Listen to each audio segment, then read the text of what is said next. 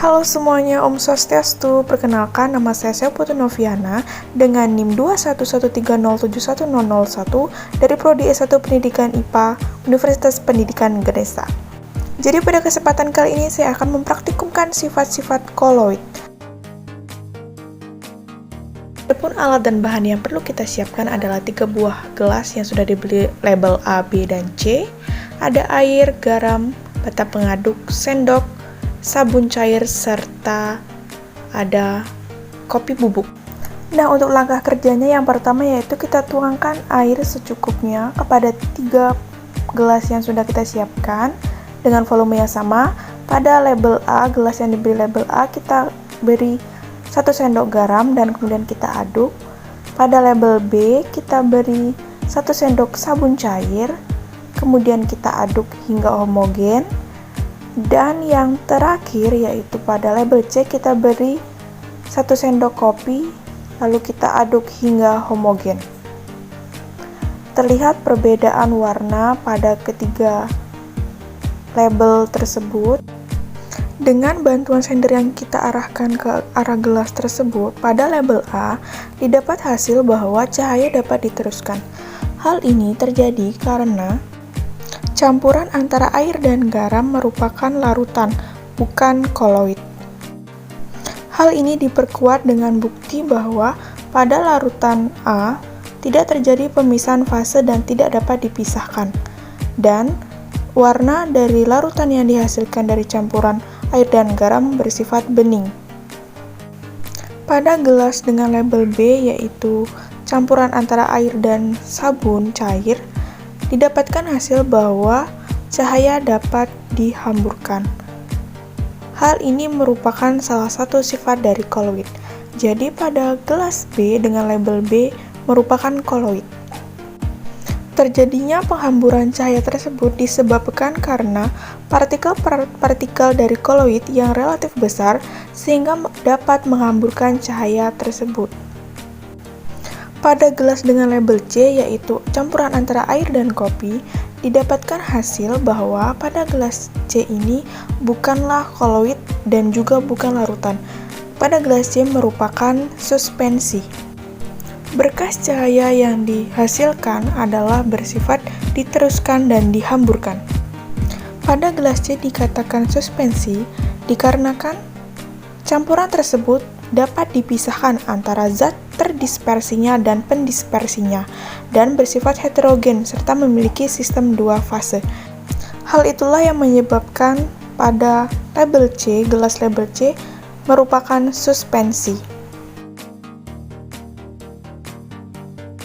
Adapun alat dan bahan yang kita perlukan dalam praktikum koloid pelindung ini adalah 3 buah gelas kosong, air, sendok, minyak, kecap, garam, dan sabun cair. Nah, langkah praktikumnya yang pertama kita tuangkan air pada 3 buah gelas dengan volume yang sama.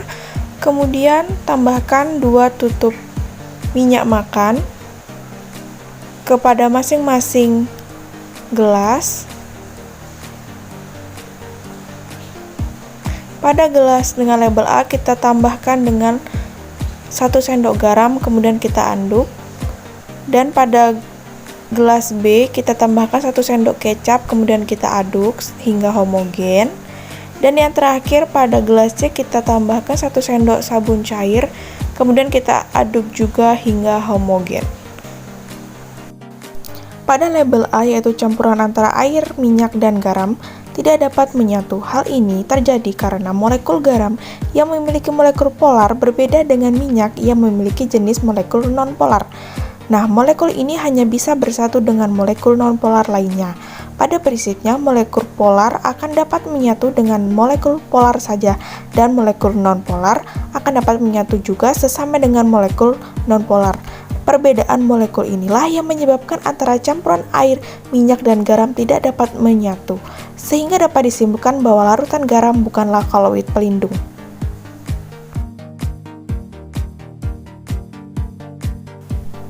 Pada gelas B atau label B, yaitu campuran antara air, minyak, dan kecap, didapatkan hasil bahwa campuran tersebut tidak dapat menyatu juga. di mana antara air yang dicampur kecap dan minyak terpisah. Hal ini disebabkan oleh kecap yang bukan merupakan contoh dari koloid pelindung, sehingga menyebabkan adanya lapisan pemisah antara minyak dan kecap. Pada gelas dengan label C, yaitu campuran antara air, minyak, dan sabun, didapatkan hasil bahwa campuran tersebut dapat menyatu. Peristiwa menyatunya tersebut dikarenakan molekul sabun bersifat hidrofilik dan hidrofobik. Artinya, keduanya tertarik dan ditolak oleh air.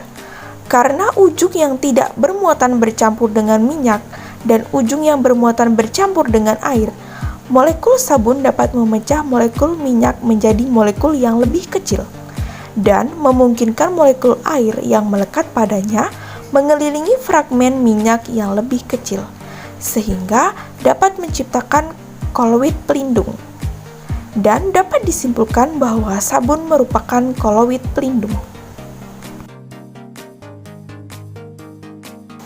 Adapun alat dan bahan yang kita perlukan pada praktikum liofil ini adalah yang pertama ada Nutrijel atau agar-agar, gula pasir dan air, serta peralatan yang akan kita gunakan untuk memasak bahan-bahan tersebut. Pertama, tuangkan air pada panci yang kita siapkan, masukkan 2 cup gula putih, dan masukkan agar-agar atau Nutrijel yang telah kita siapkan. Kemudian panaskan dan aduk-aduk hingga homogen. Teruslah aduk campuran bahan tersebut hingga mendidih. Setelah mendidih, tuangkan campuran bahan tersebut pada wadah yang telah disiapkan, lalu diamkan beberapa saat hingga mengeras. Sifat liofil dapat diartikan sebagai keadaan di mana partikel zat terdispersinya suka atau dapat menarik medium pendispersinya. Agar-agar merupakan salah satu contoh dari koloid, dikarenakan pada saat proses pembuatannya terbentuk sebuah struktur gel yang tercipta karena proses pemanasan. Di dalam air, molekul air dan molekul agar-agar bergerak bebas, dan pada saat didinginkan, molekul air dan molekul agar-agar merapat dan memadat, membentuk kisi-kisi yang mengurung molekul-molekul air sehingga terbentuklah sistem koloid padat dan cair. Pada sistem koloid ini terjadi fase terdispersi, yaitu air, dan yang menjadi fase pendispersinya adalah molekul-molekul agar-agar. Pada praktikum yang terakhir yaitu liofop, alat dan bahan yang perlu disiapkan adalah mayones, sendok, gelas, dan air secukupnya. Langkahnya yang pertama adalah tuangkan mayones ke dalam gelas yang telah disiapkan, lalu tambahkan air dan aduk hingga homogen.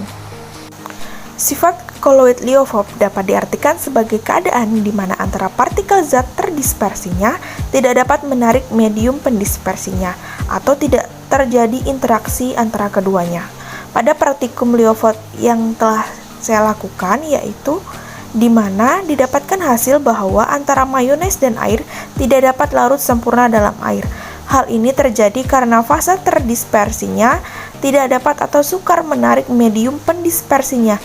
Dalam praktikum ini, zat pendispersinya adalah mayones dan zat terdispersinya adalah air.